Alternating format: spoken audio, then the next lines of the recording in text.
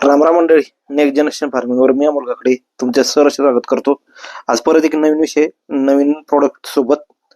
काय झालंय ऍक्च्युली, आता आपला राऊंड अप मारून मारून शेतकरी कंटाळे, त्याच्यावर काहीतरी बदल पाहिजे होता.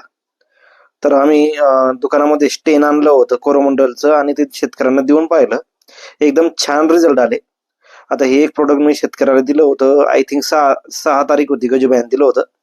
आणि मी जाताना कामानिमित्त चक्कर मारत होतो, ते फवारणी करणार होते, तर तो शूटही घेऊन ठेवलाय.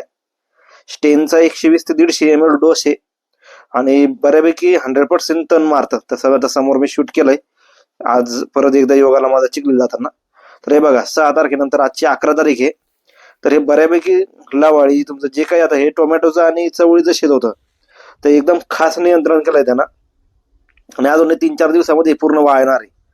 तर आपल्याला आता सध्याचा पर्याय म्हणून तुम्ही स्टेन वापरून पहा. आम्ही तर शेतकऱ्यांना दिलंय, रेकमेंडेड केलंय. दुकानामध्ये श्री गजानन कृषी सेवा केंद्रावर बी अवेलेबल आहे आणि तुमच्या आजूबाजूच्या कृषी केंद्रांवर बी अवेलेबल असेल. तर एकदा वापरून पाहायला आपल्याला काही हरकत नाही. कारण काय असतं, नवीन प्रोडक्ट वापरणं आणि त्याचा रिझल्ट घेणं शेतकरीच करू शकतात. आणि पर्यायी प्रोडक्ट आहे, आपण हराळीला आणि त्याला बी कंटाळो होतो. तर मला छान रिझल्ट वाटले, म्हटलं एकदा व्हिडिओ करावा.